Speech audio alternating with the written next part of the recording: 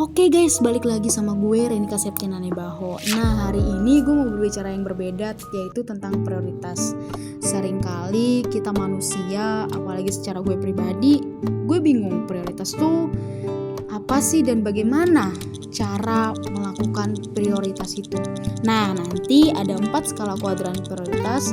Semoga ini bisa menambah wawasan teman-teman semua dan wawasan gue untuk memahami bahwa apa yang harus dilakukan dan bagaimana cara melakukannya. Oke, nah sebelum masuk ke dalam 4 skala kuadran prioritas, kita perlu paham dulu nih arti kata dari prioritas.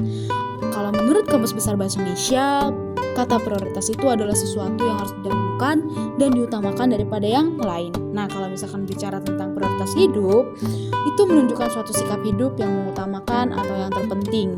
Nah, bisa juga dipilih dengan pilihan, bisa dipilih-pilih juga nih, ini penting apa enggak ya. Nah, misalkan contohnya memilih pekerjaan atau keluarga atau pelayanan, itu kan merupakan sesuatu yang harus dipilih dan kita juga bingung cara memilihnya gimana, karena sama-sama penting dan sama-sama memiliki berperan dalam hidup kita dan ada dalam hidup kita. Nah, masuk ke dalam 4 skala kuadran prioritas. Kuadran yang pertama itu penting dan mendesak. Nah, kalau berbicara penting dan mendesak, ini seringkali kita bingung gitu loh. Gimana seharusnya kita melakukannya?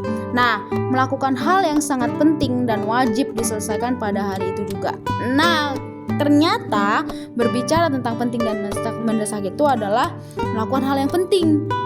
Nah, untuk dapat melakukannya, maka caranya adalah coba kita membuat list apa yang akan kita lakukan. Supaya apa? Supaya tertata dengan rapi dan kita paham, kita tahu, oh ternyata habis ini gue mau lakukan ini nih. Jadi supaya terstruktur semuanya. Nah, kalau kuadran yang kedua itu berbicara tentang penting namun tidak mendesak. Jadi ini adalah bisa disebut dengan mendahulukan tugas penting dan tugas lainnya itu dapat dicicil. Maksudnya tugas lainnya itu bisa mengikuti. Jadi utamakan dulu nih yang penting. Utamakan dulu yang penting, maka yang mendesak itu akan mengalir aja gitu kita kerjakan. Nah, kuadran yang ketiga itu adalah mendesak namun tidak penting. Ini adalah berisi tentang hal-hal penting namun harus tetap dikerjakan. Contohnya mengingatkan untuk ikut rapat. Namun kalau ada hal penting lainnya yang harus dilakukan, maka kita bisa menunda hari itu. Namun kita juga harus menyesuaikan dengan kapasitas waktu kita, karena waktu itu berharga. Jadi kita perlu paham dulu nih, kira-kira untuk contoh tadi ikut rapat tuh bisa kayaknya di pending dulu minggu depan, kita lakuin dulu yang paling penting. Nah, kalau kuadran yang keempat itu tidak penting dan tidak mendesak. Contohnya itu adalah main game. Seringkali anak muda zaman sekarang ini main game tuh sampai 1 hari penuh tuh, padahal nggak menghasilkan apa-apa.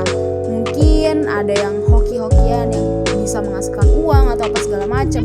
Tapi kebanyakan anak muda sekarang tuh menghabiskan waktunya di game dan itu malah membuat tubuh fisiknya tidak baik.